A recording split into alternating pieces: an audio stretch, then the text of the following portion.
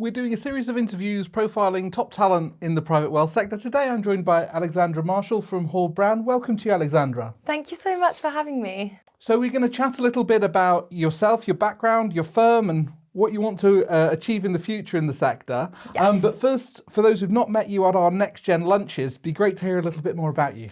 Yeah, so my name's Alexandra. I am a solicitor practicing in family law at Hall Brown. I qualified in September, so it's been about 7 months post-qualification, but I've been at the firm for 3 years now.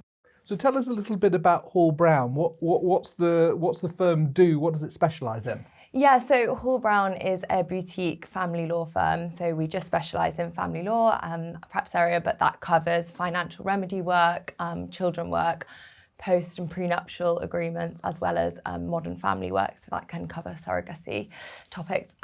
We are a national firm with offices all around the country, but I'm in the London office. So is there a lot of trainees in the firm? Does it have a sort of vibrant culture as a young person working in the environment? Yeah, it does.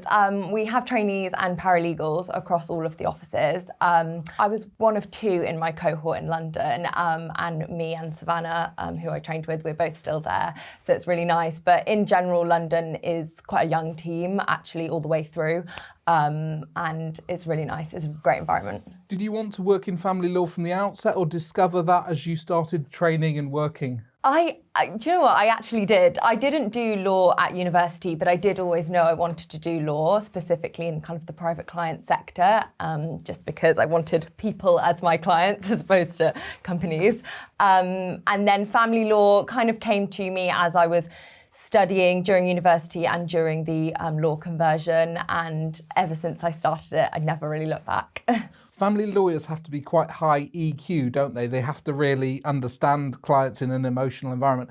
What have you learnt from more senior practitioners in the course of, becoming a family lawyer? Yeah, I think obviously you are meeting people in a really stressful period of their life, 9 times out of 10. I mean, save for kind of the prenuptial agreements, that's meant to be a very, very happy time, and it usually is, but obviously getting kind of lawyers involved pre your wedding isn't ideal, so that always comes with stress too. But in terms of what I've learned, I think it's always just sticking to, it sounds silly, but sticking to the legal advice. We aren't there to be therapists. We aren't, of course, we're going to lend a helpful ear.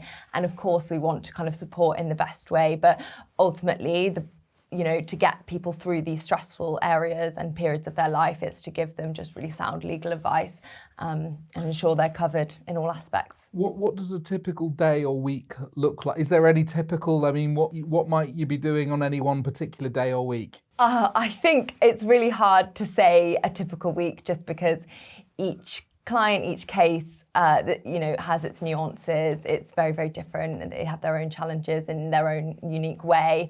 But generally, for me, I support the kind of partners in our firm, and so I'm doing a lot of the kind of day-to-day fee earning and conducting the cases with the partners, providing, their absolutely amazing strategic insight into where the case is going and how to best protect and represent our client's position.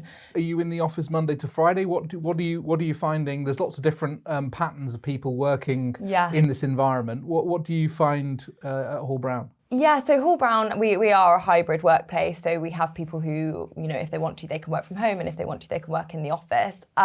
Me personally, just because I'm quite early on in my career and I'm trying to learn as much as possible, I'm generally in mainly 4 days a week, if not 5, really.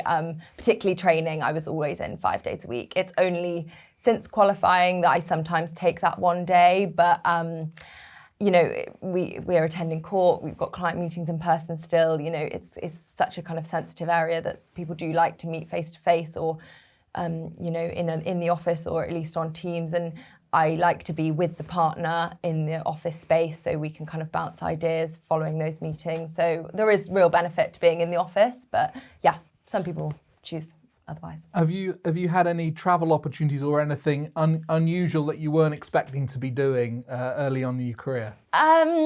Travel, not so much. I mean, mainly around the country to all sorts of courts. I've been to Norfolk Court quite a few times, which I didn't know I was necessarily going to do. And then obviously some of the other outer London courts, as well as the High Court and the Central Family Court. And what are you doing with your networking? Are you starting to sort of build relationships with other professionals you can work with? What's your sort of approach on how you build networks? Yeah, so I think as a boutique practice, it's really encouraged from younger ages across the firm to kind of go out, meet people in a similar stage of their career, similar professional development. And so that's really encouraged at Hall Brown, and that's something I love because I know it's not always something that's kind of pushed upon us early on, and I think that really does have a benefit. So and PCD has been kind of the way I've really found good contacts, because everyone's in the private client sector and it's just great to bounce ideas and see where you might be able to help one another out. And it's nice that we're all the next gen, we're all in a similar stage as well. So yeah. What do you enjoy about, I mean, there's a big social aspect to that next gen committee, but what do you think is most useful about it? I think it's just often meeting people and hearing what they do, and suddenly something kind of goes off and it relates to one of your cases, and you think, actually, it might be quite nice to pick up the phone to you and just talk something through, and nice to be speaking to someone who you feel comfortable with, who you've met in person and you kind of trust. Often if you want to feel that whatever advice you're getting, you feel comfortable with to kind of pass on to the client, or say that you've kind of run by someone. So it's nice to meet them in person and kind of establish that relationship early. And what's your goals for your career in the future? How are you trying to develop and grow into the future? Well, this is a bit of a longer term goal, but I like the idea of having my own practice one day, legal practice. It's something a colleague of mine, we discuss frequently, maybe setting up together in the future. I guess we've probably taken inspiration from Sam and James in that sense, who are the managing and senior partner of our firm, who set up at a fairly kind of young time in their career. So I think that's something inspirational. Yeah, definitely, and we take inspiration from and that we discuss, and it's something I'd like to do. And what would your advice be to those coming through who are maybe still studying? The complexity of getting jobs in the law today is a difficult environment. What's your advice if people come and try and pick your brains on what to do? Yeah, it's really hard because obviously when I did it, I did the kind of more traditional route of doing the GDL, which was the law conversion, and then the LPC, the legal practice course. And I know that's now changed and there's the SQE. So the exams are slightly different, the format's slightly different for qualifying. But I think the main thing I would say to anyone who's in that stage is to just keep at it, because it does feel like a really long process, and it feels like your years and years of just exams, and particularly if you don't do law as a university degree and you do a conversion, so you've got that additional length of time. But keep at it, and if it's something you really want to do, then you will really enjoy it and find a practice area you love, like I did. Is sort of getting work experience vacation schemes, they can be hard to get on, but they're advantageous to people? Yeah, definitely. I think particularly if you don't know necessarily what specific area you're interested in, I think getting a flavour by doing those kind of VAC or work experience schemes are really helpful.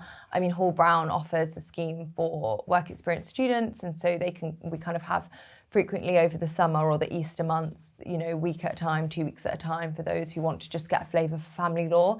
And I do think it really benefits sitting and doing the practical work and talking to people in the profession as opposed to studying it. So yeah, definitely.